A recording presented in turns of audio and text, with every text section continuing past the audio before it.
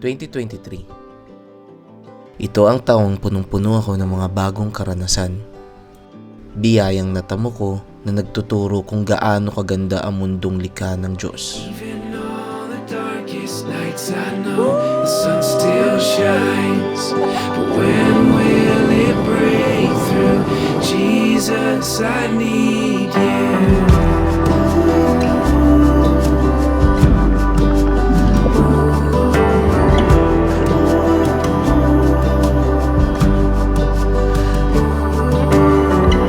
Could I believe in what my hands have not touched?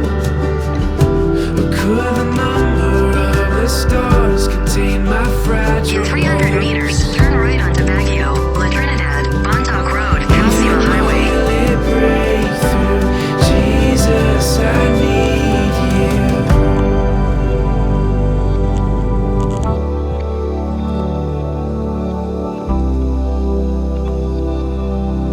Heading to Laguna Loop.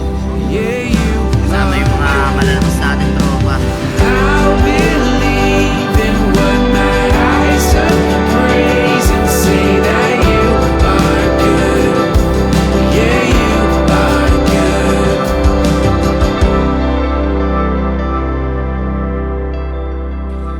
Worth it yung first akit namin dito sa, lalo na dito sa Sagada. Sulit. Ayan si Marlboro. Ganda ng araw. Sa bawat padyak, may mga panibagong lugar kaming natutuklasan. Mga lugar na hindi namin lubos akalain na magbibigay sa amin ng kaligayahang magiging parte ng aming buhay.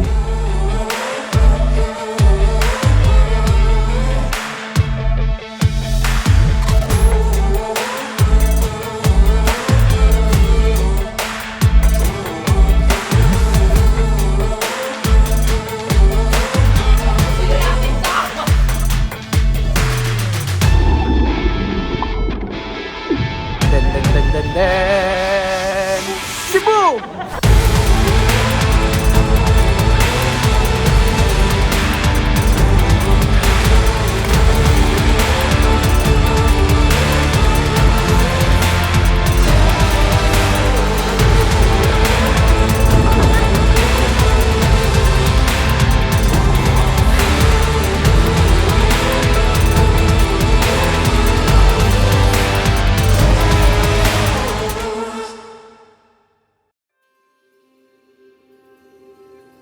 Sa unang tingin, ang paglalakbay ay puro kasiyahan lamang. Pero sa kabila ng ngiti ay may pagod, puyat at hirap ang sabay-sabay nararanasan.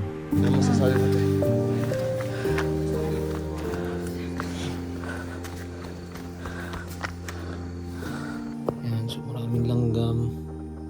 Ano yung bahay ng anay, oh. So may mga langgam sa baba. Kanina pinagpagan pa namin. Oo, kung nakikita nyo.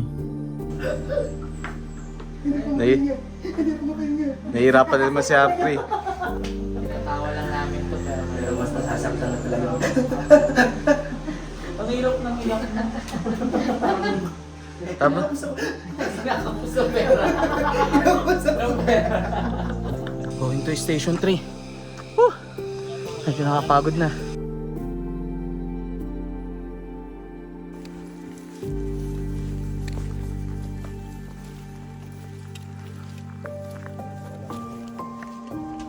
Lamig, sobrang lamig.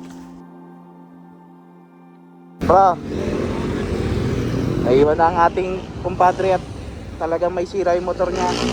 Hintay siya dito sa may Dasma. Sama kayo? Bye guys. Bye guys. Ampre, huwag ka na umiyak, Ampre.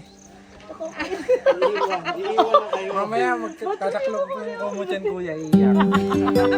Pag ganyan mo ba?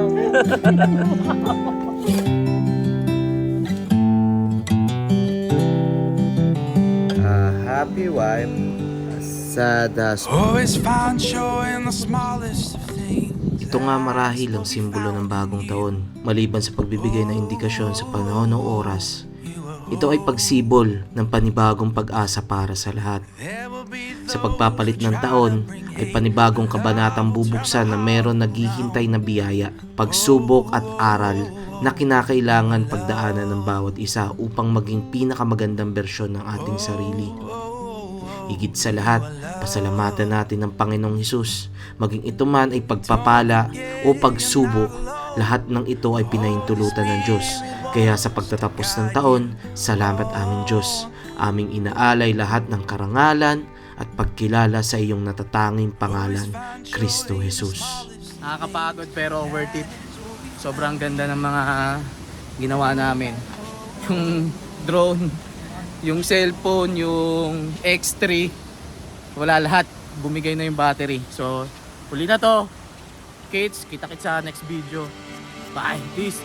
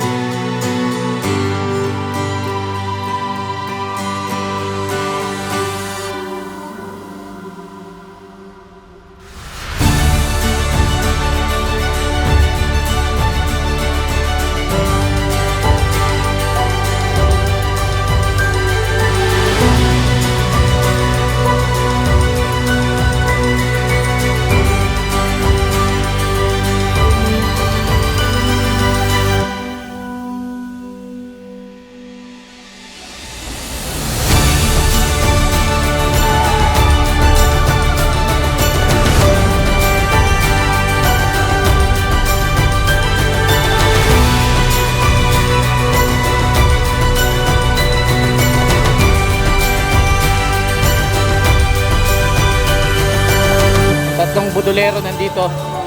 Kailangan ko malagpas itong mga to, baka sampa nila ako madala.